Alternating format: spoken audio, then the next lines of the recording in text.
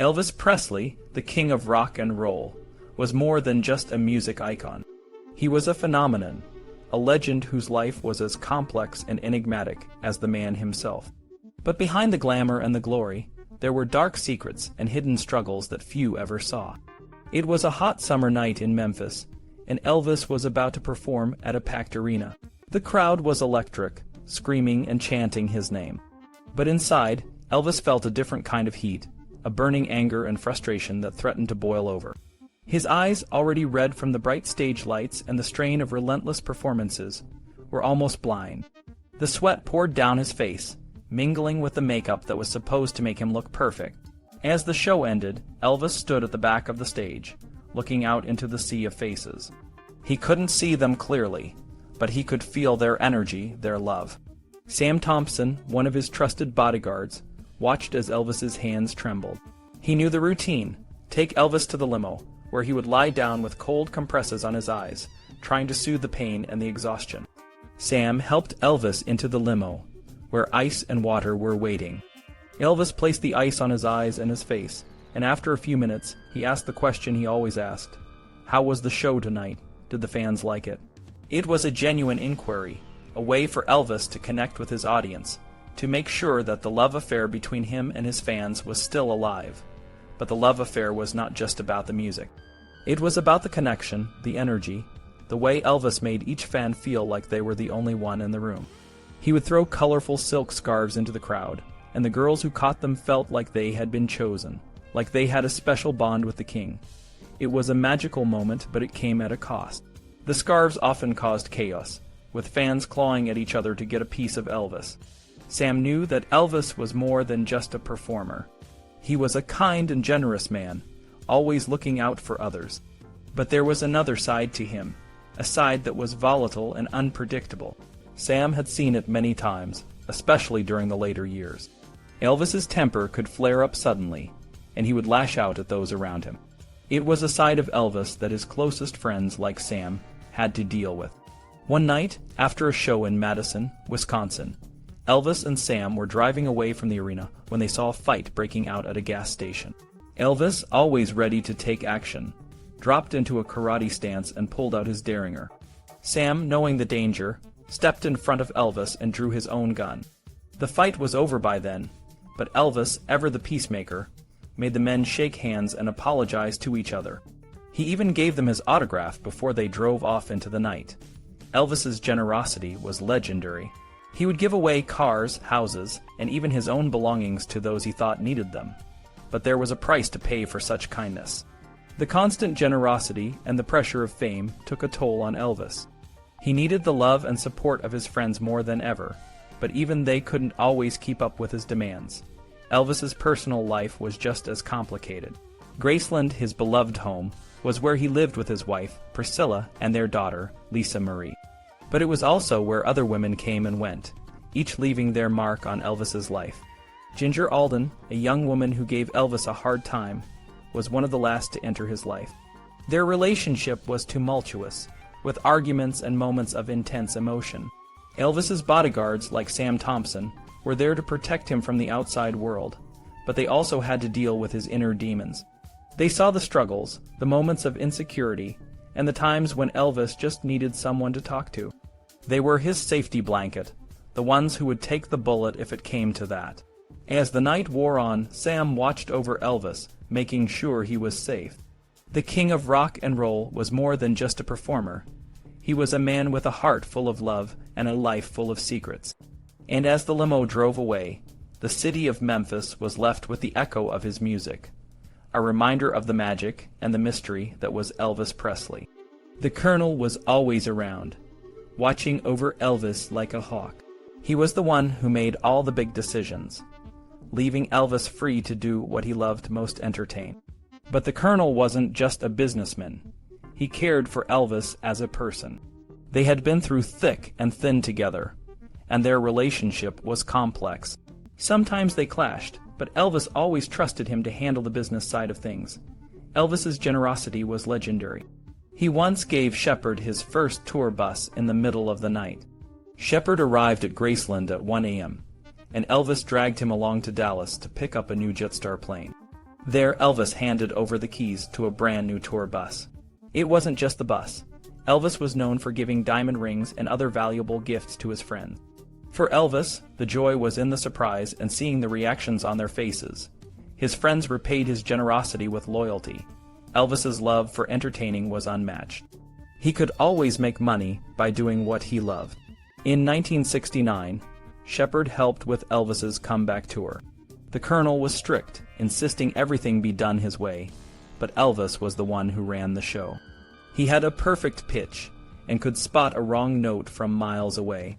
If something wasn't right, he'd stop the show, often with just a wink or a stern look. The band had to keep up, and sometimes Elvis would speed up the songs to get them on track. But Elvis's relationships weren't always smooth. Sonny West, a longtime friend, remembered Elvis's temper. Once, in Los Angeles, Elvis couldn't find a taxi and didn't know his address. When he finally got home, he was furious because Sonny wasn't there to help. Elvis was street smart but could also be naive. He trusted his friends deeply, but when they wrote a book about him, he exploded with anger. Nancy Rooks, Elvis's maid, saw a different side of him. She cleaned his room, prepared his food, and took care of his every need. She made his famous peanut butter and banana sandwiches, though Elvis didn't eat them all the time as people thought. He had a big appetite but wasn't excessive. One day, Elvis asked Nancy to sew his busted pants, but when he put them on, they burst again. Despite his quirks, Nancy adored him and always tried to look out for his health. Dr. Nick, Elvis's longtime doctor, saw a side of Elvis that few others did. They first met in 1967, when Elvis needed a doctor's excuse to skip a movie shoot. Dr. Nick wrote the letter, and their relationship began. Elvis often called Dr. Nick with health concerns, but he wasn't a hypochondriac. He was lonely and needed someone to talk to. Dr. Nick became a trusted confidant, and over time, he grew to love Elvis's performances. Elvis's life was a mix of highs and lows, but his passion for entertaining and his deep connections with those around him defined who he was. Despite the challenges, he remained a legend, beloved by fans and friends alike. Dr. Nick, a well-known figure in Elvis Presley's life, often found himself being pulled away from his Memphis practice to accompany the king on his travels. "Can you get away from Memphis for a few days?" Dr. Nick would frequently receive this call, and he'd pack his bags and head off to California, or wherever Elvis was. Dr. Nick's role was more than just a doctor. He was a friend and a confidant. He spent countless hours just talking with Elvis, discussing life, music, and everything in between. Despite the frequent calls, Dr. Nick never officially took on the role of court physician. He kept his practice going, but the pull of being with Elvis was too strong to resist. As Elvis's movie career slowed down and he moved into the Las Vegas circuit, Dr. Nick spent more and more time with him. The transition from movies to live performances meant more time together, and their bond grew stronger. Elvis's manager, the Colonel, was a shrewd businessman. He treated Elvis like a valuable commodity, always looking out for the best financial deals. The Colonel was known for his tough, no-nonsense approach. He had a good product in Elvis, and without that, he wouldn't have been a successful businessman. One of the biggest mysteries was why the Colonel never allowed Elvis to tour internationally. It turns out the Colonel was afraid to leave the country, which kept Elvis's live performances confined to American audiences. Managing Elvis's daily life was no small task.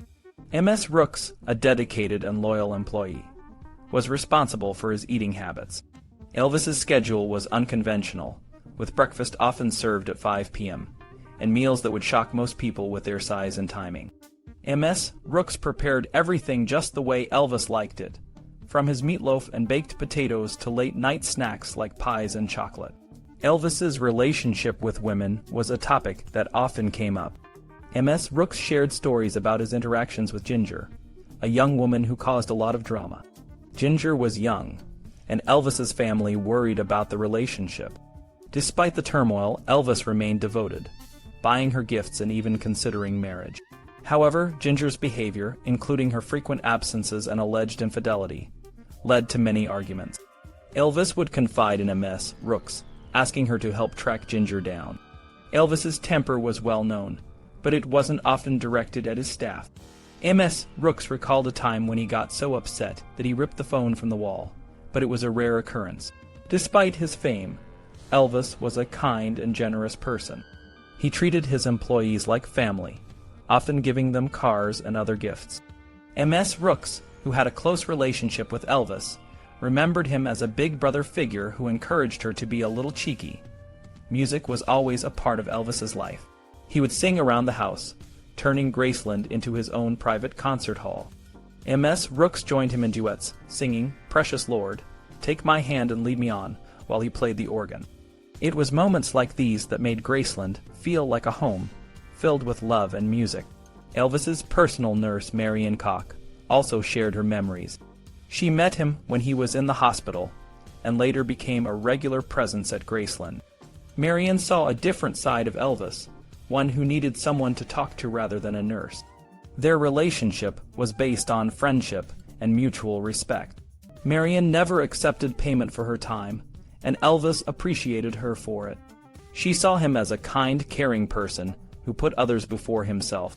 Elvis's secretary, Becky Yancey, saw him as a special person. She managed his correspondence, including the endless fan mail, and handled the bills for his various homes.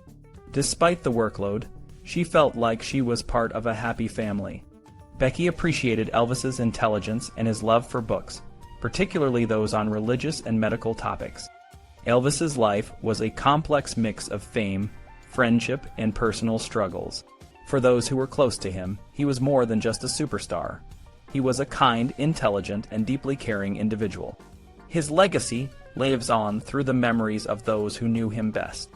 Elvis fans often dream of the King as a man who sang his soul out, a genius who could not stop making music even in the privacy of his own home. But according to Becky, a close friend, this wasn't the case. He sang at the piano sometimes, but he didn't just walk around singing, she said. When friends visited, he mostly performed his famous hits and gospel tunes, the music that touched his heart. Hollywood parties were known for their star-studded performances, but Graceland was different. He was at home in Graceland, Becky explained. Elvis wasn't interested in the glitz and glamour of Hollywood. He preferred the comfort of his own surroundings, surrounded by the people he trusted most. When it came to gifts, Becky was tight-lipped. No comment, she said, but she did reveal that he called her by her first name, and she called him Elvis. This simple exchange spoke volumes about their relationship, a bond built on mutual respect and deep friendship. Elvis's past was a crucial part of who he was. His relationships with the Memphis Mafia were more about maintaining old friendships than making new ones.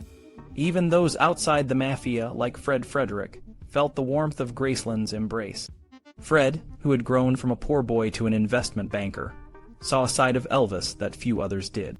He remembered the singer's love for motorcycles, especially his Harley-Davidsons. These motorcycles weren't just any old bikes. They were the princes of the motorbike world, and Elvis had several of them. Fred was amazed to see how Elvis stored his motorcycles and other treasures. Elvis never threw anything away. The first shirt, the first piece of furniture, everything was kept, he said. After Elvis's death, it was discovered that he had 8 warehouses filled with his belongings, including a vast collection of unwashed shirts. Elvis's friends, like Joe Esposito, became more than just employees. They were like a second family. They shared the same jokes, the same tastes, and even went on girl hunts together. There'd be 20 or 30 girls and 10 of us, Joe recalled. The girls were chosen based on their looks and their ability to be fun and outgoing. Elvis had a strict rule. He never pursued married women. He loved women, but he was close to his mother and related better to women than to guys, Joe said. Despite his charm, Elvis never had to fend off women. His friends brought them to him. Fred Frederick, who had known Elvis since his teenage years, remembered the singer's early performances and his passion for motorcycles. He always had a Harley until he died, Fred said. Elvis even converted snowmobiles to wheels, so he could ride them around Graceland. He had 6 Harley golf carts, which Fred later repaired, using parts from 5 of them to make 3. Elvis's love for motorcycles and his tendency to keep everything were well known among his close friends. Kevin Kern, another member of the Memphis Mafia, confirmed that Presley never threw anything away. "We have the receipts, everything. All left in storage. It's like a time capsule," he said. Bill Halton, a successful lawyer, had a unique connection to Elvis through his father, who was the youth minister at I Assembly of God Church in Memphis. Halton's father took young Elvis to Pentecostal services, where the future king of rock and roll experienced the charismatic energy of live music. Despite his obvious talent, Elvis was not allowed to join the church, his youth choir. "My dad said he didn't have a voice for it," Bill recalled. This decision, made at a time when Elvis was unknown, seemed particularly ill-judged in hindsight. Elvis's music brought together black and white, hillbillies and poor white folks, a mix that the all-white church struggled to accept. It was almost apartheid, Bill said. Despite this, Elvis transcended race, becoming a symbol of unity in Memphis and beyond. Even the snooty white folks eventually claimed him as their own. Elvis's influence on Memphis was profound. "People come here from all over the world. We're very proud of Graceland," Bill said. For many, Elvis was not just a local celebrity, but a global icon. However, Bill's family faced a sad moment when they tried to visit Elvis at Graceland. "The security man wouldn't let us in," he said. To Elvis, his friends were always welcome, but sometimes the barriers around him were too high. Ray Walker, a member of the Jordanaires, the vocal group that backed many of Elvis's recordings, shared a different perspective on the King's voice. "He didn't have a good voice," Ray said, a statement that might shock many fans. Like Johnny Cash, he could tell a story, but he wasn't a great singer. Despite this, Ray acknowledged Elvis's versatility and his ability to communicate. "He sang as he talked. He was the best communicator I know," Ray said. This ability to connect with his audience was part of what made Elvis so enduringly popular. Elvis's dedication to his music was evident in his work with the Jordanaires. "He was in awe of our harmony," Ray said. "When he looked at you, you knew you were the focus of him." Elvis's attention could make all problems disappear. Ray also remembered how Elvis dressed to meet the expectations of his fans, even though he enjoyed dressing up. Elvis's life was a mix of contradictions, charisma, and vulnerability, fame and isolation. His friends, like Ray Walker and Fred Frederick, saw both sides of him. They witnessed his love for motorcycles, his dedication to his music, and his deep friendships.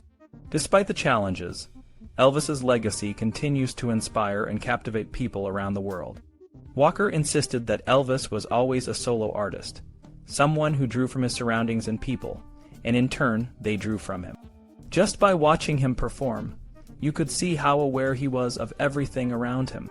If he heard a good horn line, his eyes would light up. If someone made a mistake, he'd let it be known that he noticed. He was deeply connected to his environment when he performed. Walker had seen Elvis at work, even when he wasn't on stage. This led to a natural question. How much of Elvis's appeal was due to his voice, and how much was just showmanship? After all, Elvis wore those iconic jumpsuits that made him sweat and sometimes even exhaust himself. Some jumpsuits he wore frequently, others rarely. The Aloha from Hawaii one, adorned with jewels, was worn only a few times during the 1973 concert. Elvis's choice of clothes was crucial to his performance. He dressed for his role, and it affected how he sang. He sounded different when he sang in Las Vegas, Walker explained. But despite the elaborate costumes, Elvis's confidence didn't come from his clothes. He had as much confidence naked, Walker insisted. Elvis could be quick to anger, but it was never negative. Walker recalled times when Elvis should have stood his ground but didn't. However, when Elvis asked for something, even if it was in a quiet voice, it was like a cannon going off. Walker also mentioned the Colonel, Elvis's manager, who had a significant influence on him. Elvis often sought his advice, and the Colonel was always in control, making decisions that sometimes seemed to benefit Elvis more than himself. Walker didn't know the details of Elvis's marriage to Priscilla, but he believed it was tough on their daughter, Lisa Marie.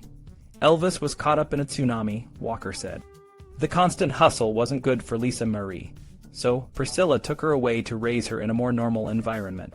Elvis's relationship with his backing groups, like the Jordanaires, was strong and respectful. They were more like partners than just a backing band. The Jordanaires and Elvis had a mutual admiration that went back to their roots. The Blackwood Brothers, another gospel group, were also close to Elvis. Elvis's mother, Gladys, was a big fan of theirs, and they even sang at her funeral. Jimmy Blackwood, the grandson of the group's founder, shared stories of their friendship with Elvis. They often performed at the Memphis Auditorium, and Elvis would sometimes join them on stage, especially in the early days. Elvis's love for gospel music was evident, and it was a significant part of his life. The best Presley songs were gospel, Jimmy Blackwood said. That's where his heart was. Elvis's connection to his family and friends was deep. His cousin Eddie Hood recalled visiting Graceland when she was 16. She remembered how Elvis hugged her and called her cousin. Despite his fame, he was warm and generous. He gave away presents and even helped a local lady with a wheelchair. Eddie also talked about Elvis's love for food, especially late-night snacks like buttermilk biscuits with chocolate gravy and fried peanut butter and banana sandwiches. She believed his eating habits were a part of his life, not the cause of his health issues. Elvis's generosity extended beyond just giving gifts. He was known for his kindness and empathy.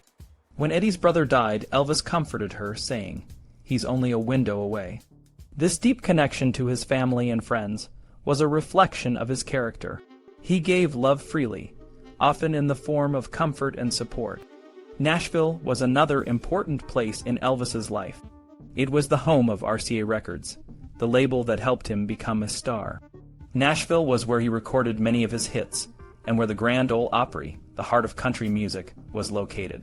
For Elvis, Nashville was a place of dreams and achievements, a place where he could connect with his fans and continue to grow as an artist.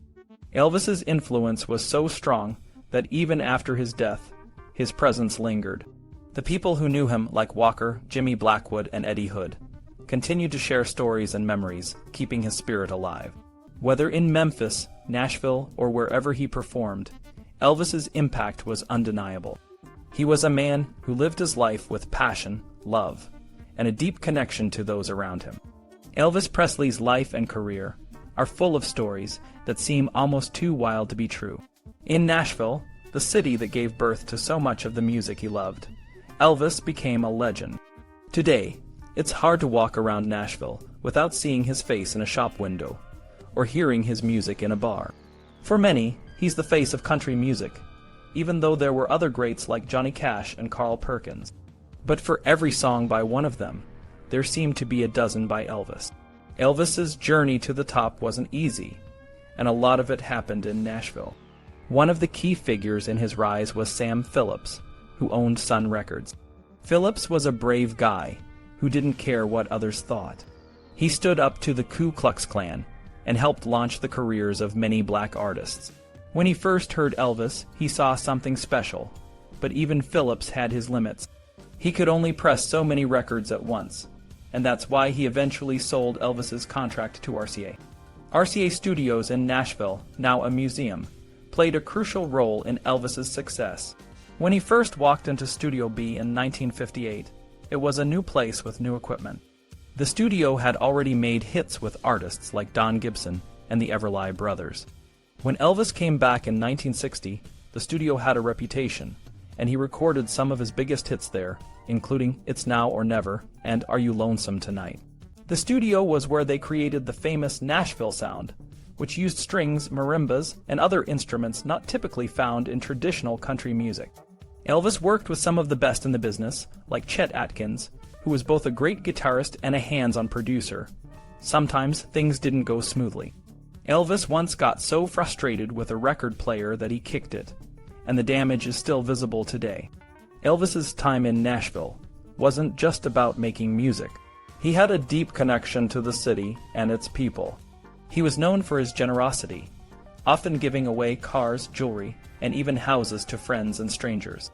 One story goes that after buying a ranch in Memphis, Elvis noticed migrant workers who couldn't get to church. He bought 150 Chevrolet El Caminos and gave them away so the workers could have a way to get to church. Despite his success, Elvis's time in Nashville wasn't always smooth. When he first performed at the Grand Ole Opry in 1954, he played a rocking version of Bill Monroe's Blue Moon of Kentucky. The audience didn't like it, and the Opry manager famously told Elvis to stick to driving a truck. It was a humbling moment, but it didn't stop Elvis. He came back to Nashville and became even more successful. Elvis's personal life in Nashville was also complex. He had a relationship with Anne Ellington Wagner, whose father was the governor of Tennessee. They met when Elvis was honored for his charity work, and Anne skipped school to be there. Their relationship lasted for over a year, and they had a special connection. But being the daughter of the governor made their relationship difficult. They often had to meet in secret, and the pressure of their fame took a toll. Elvis's time in Nashville was a mix of triumphs and challenges, but it played a crucial role in shaping the music and the man we remember today. The city's influence on his career and his legacy is undeniable. Even today, Nashville is a place where Elvis's spirit lives on, and his music continues to inspire new generations. Elvis Presley wasn't just a heartthrob for young women. He was a man of many layers. Anne, the daughter of a state governor, had a special relationship with him. Their romance was unique, partly because they were always chaperoned. A patrolman was usually just a few feet away. Anne didn't mind, though. She knew her father would have been protective. Elvis's reputation wasn't just about his music. It was also about his lifestyle. Anne wasn't worried about Elvis having other girlfriends. She understood that part of his life. Despite the chaperones, Elvis showed his thoughtful side. He once sent Anne a miniature poodle named Chadwick and gave her a diamond horseshoe ring. When she lost a 3-diamond ring during a photo shoot, he simply replaced it, but the limelight wasn't for Anne. She realized that being in the public eye wasn't the life she wanted. Elvis's love for gospel music was deep and genuine. Judy Nellen, who published How Great Thou Art, one of Elvis's favorite songs, told me how it all started. The Jordanaires suggested the song to Elvis, and he fell in love with it. He recorded it and performed it in every show. It won him several Grammys. His connection to gospel was rooted in his Southern upbringing. He often had gospel singers with him, and they would sing in his suite after shows. The Blackwood Brothers, a famous gospel quartet, even let him stand on the edge of their stage, though his contract didn't allow it. Despite his wealth, Elvis seemed to carry a sense of insecurity. He was proud of his roots in Tupelo, Mississippi, and never forgot where he came from. He loved simple things like peanut butter sandwiches, but these small pleasures didn't fill the void he felt. Some say he bought friendship, but his genuine kindness and generosity were clear to those who knew him. Elvis's career was shaped by Hollywood, but it was Las Vegas where he truly became the king. Las Vegas, a city known for its glitz and glamour, was where Elvis found his throne. The city never sleeps, and neither did Elvis. He performed in Vegas, drawing huge crowds with his one-man shows. The hotels and casinos embraced him, and he became a symbol of the city's entertainment scene. Jimmy Velvet, who runs a museum dedicated to Elvis at the Imperial Palace Hotel, has a treasure trove of memorabilia. From Elvis's clothes to his jewelry, the museum showcases his life from Tupelo to Graceland. Velvet, an old friend of Elvis, shared stories of their times together. He emphasized the importance of maintaining a balance in their friendship, not pushing too hard. The museum also includes items from Elvis's friends, like Johnny Cash and Jerry Lee Lewis, highlighting his close-knit circle. Elvis's impact on Las Vegas is immeasurable. He made the city famous with his film Viva Las Vegas, and his performances kept the city buzzing. Las Vegas, in turn, embraced him as one of its own. The city's casinos and hotels continue to celebrate his legacy, with museums and fan clubs dedicated to preserving his memory. Elvis's story is a mix of fame, friendship, and a deep connection to his roots. He may have been the king of rock and roll, but he remained a Southern boy at heart. Las Vegas was his kingdom, but his soul always belonged to the place where he started, Tupelo, Mississippi. Elvis Presley and Las Vegas were made for each other. Before Elvis, Vegas was a bit worn and tired, like an old dress. Artists played there when their careers were fading, not when they were at their peak. But then, in 1969, Elvis Presley walked into the International Hotel, and everything changed. He brought a new energy and a new crowd. Big stars started coming back to Vegas, and the city put on a new face.